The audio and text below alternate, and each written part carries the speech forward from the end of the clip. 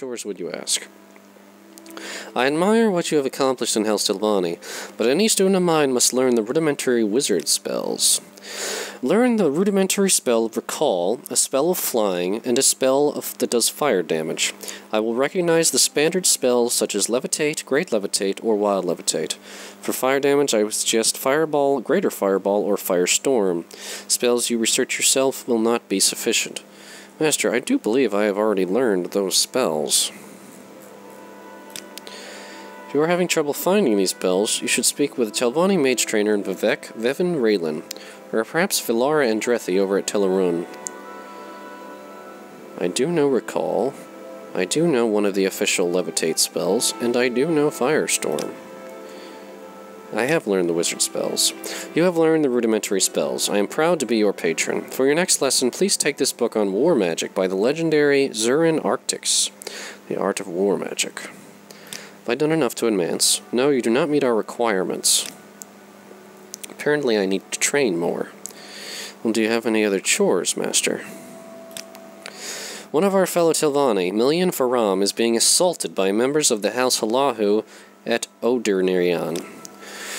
Odira is on Azora's coast, west of the shrine to Azora and south of the old Dwemer ruins of Nehudamze. I will mark these ruins on your map. Go there and speak with Million Faram, who is under attack by forces of House Halahu. He is probably making his last stand at the top of his tower. West of the shrine to Azora and south of the old Dwemer ruins. He marks it on my map. Where would that be?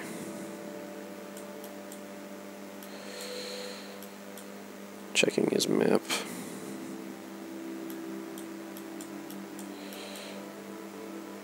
Armok, Laod, Sedanin, Vivek Foreign Corner, Tel Renora, Molag Mar, Nehudamze. Okay, yeah, that's where he said it was. So it's actually to the south, which is to the northeast of Molag Mar, is where this tower supposedly is.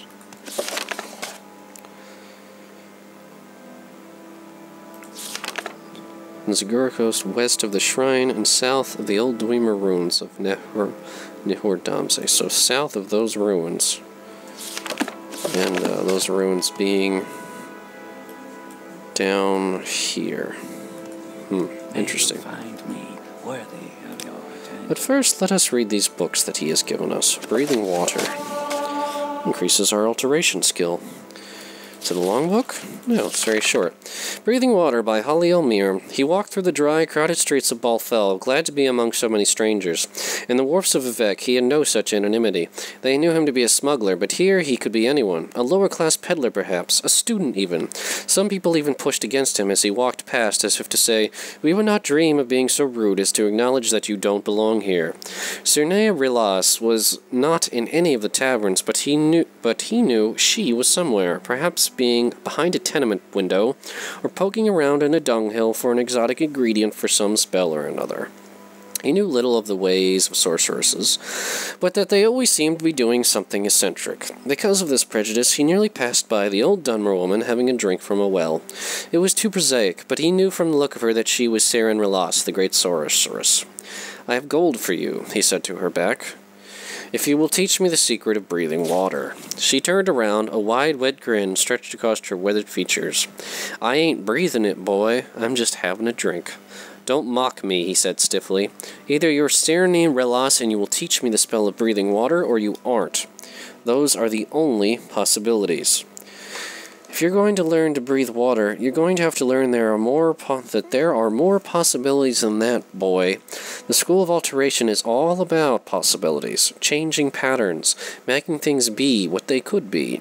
Maybe I ain't Serene Relas, but I can teach how to breathe water." She wiped her mouth dry. "Or maybe I am Serene Relas and I won't. Or maybe even I can teach you to breathe water, but you can't learn." "I'll learn," he said simply. "Why don't you just buy yourself a spell of water breathing or a potion over at the Mages Guild?" she asked. "That's how it's generally done." "They're not powerful enough," he said. "I need to be underwater for a long time. I'm willing to pay whatever you ask, but I don't want any questions. I was told you could teach me." "What's your name, boy?" "That's a question," he replied. His name was Thrain in Winloth, but in Vivec they called him the Tollman. His job, such as it was collecting a percentage of the loot from the smugglers when they came into harbor to bring to his boss in the Kimona Tong. Of the value of that percentage, he earned another percentage. In the end, it was very small indeed. He had scarcely any gold of his own, and what he had he gave to Cerne Relas. The lessons began that very day. The sorceress brought her pupil, who she simply called Boy, out to a low sandbank along the sea. "I will teach you a powerful spell for breathing water," she said, "but you must become a master of it. As with all spells and all skills, the more you practice, the better you get. Even that ain't enough. To achieve true mastery, you must understand what it is you're doing. It ain't simply enough to perform a perfect thrust of a blade. You must also know what you are doing, and why." "That's common sense," said Thrain. "Yes, it is," said Cerne, closing her eyes, "but the spells of alteration are all about uncommon sense. The infinite possibilities, breaking the sky, swallowing space, dancing with time, setting ice on fire, believing that the unreal may become real. You must learn the rules of the cosmos, and then break them." "That sounds very difficult," replied Thrain, trying to keep a straight face. Cerne pointed to the small silver fish darting along the water's edge. "They don't find it so. They breathe water just fine." "But that's not magic." "What I'm saying to you, boy, is that it is." For several weeks, Cerne drilled her student, and the more he understood about what he was doing and the more he practiced, the longer he could breathe underwater. When he found that he could cast the spells for as long as he needed, he thanked the sorceress and bade her farewell. "There's one last lesson I have to teach you," she said. "You must learn that desire is not enough. The world will end your spell no matter how good you are, and no matter how much you want it." "That's a lesson I'm happy not to learn," he said, and left at once for the short journey back to Vivec. The wharfs were much the same, with all the same smells, the same sounds, and the same characters. His boss had found a new tollman, he learned from his mates. They were still looking out for the smuggler ship Morrowind, but they had given up hope of ever seeing it. Thrain knew they would not. He had seen it sink from the wharf a long time ago. On a moonless night, he cast his spell and dove into the thrashing purple waves. He kept his mind on the world of possibilities, that books could sing, that green was blue, that the water was air, that every stroke and kick brought him closer to a sunken ship filled with treasure. He felt Magicka surge all around him as he pushed his way deeper down. Ahead he saw a ghostly shadow of the Morrowind, its mast billowing in the wind of deep water currents. He also felt his spell begin to fade. He could break reality long enough to breathe water all the way back up to the surface, but not enough to reach the ship. The next night he dove again, and this time the spell was stronger. He could see the vessel in detail, clouded over and dusted in sediment. The wound in its hull where it had struck the reef, a glint of gold beckoning from within. But still he felt reality closing in, and he had to surface. The third night, he made it into the steerage, past the bloated corpses of the sailors, nibbled and pickled apart by fish, their glassy eyes bulging, their mouths stretched open. Had they known the spell, he thought briefly, but his mind was more occupied by the gold scattered along the floor, the boxes that contained them shattered. He considered scooping as much as he could carry into his pockets, but a sturdy iron box seemed to bespeak more treasures. On the wall was a row of keys. He took each down and tried it on the locked box, but none opened it. One key, however, was missing. Thrain looked around the room. Where could it be?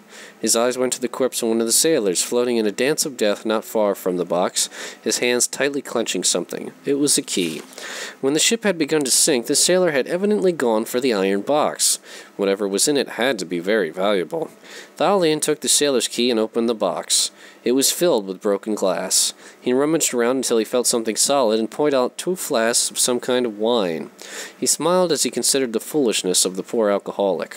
This was what was important to the sailor, out of all the treasure in the Morrowind. Then, suddenly, Thalion Winloth felt reality. He had not been paying attention to the grim, tireless advance of the world on his spell. It was fading away, his ability to breathe water. There was no time to surface. There was no time to do anything, as he sucked in, his lungs filled with cold, briny water. A few days later, the smugglers working on the wharf came upon the drowned body of the former tollman.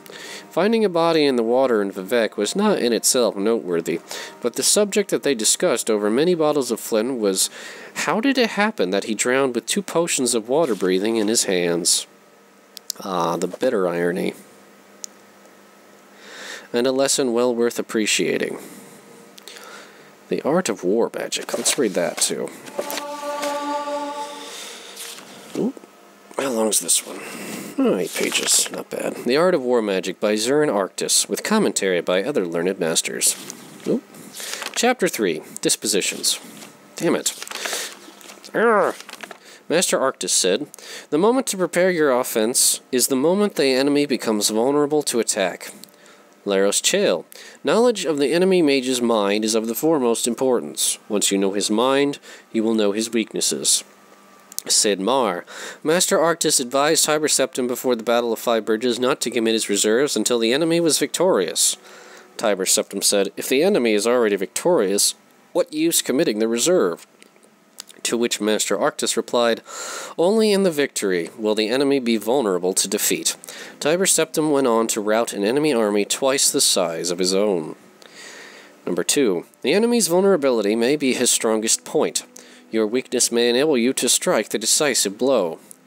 Mirandro In the wars between the Nords and the Chimer, the Nord shamans invariably used their mastery of the winds to calm down storms before battle, to confuse and dismay the Chimer warriors. One day, a clever Chimer sorcerer conjured up an ice demon, commanded him to hide in the rocks near the rear of the Chimer army. When the Nords called down the storms as usual, the Chimer warriors began to waver, but the ice demon rose up as the storm struck, and the Chimer turned in fear from what they believed was a Nord demon, and charged into the enemy line, less afraid of the storm than of the demon. The Nords, expecting the Chimer to flee as usual, were caught off guard when the Chimer attacked out of the midst of the storm. The Chimer were victorious that day. Number 3. When planning a campaign,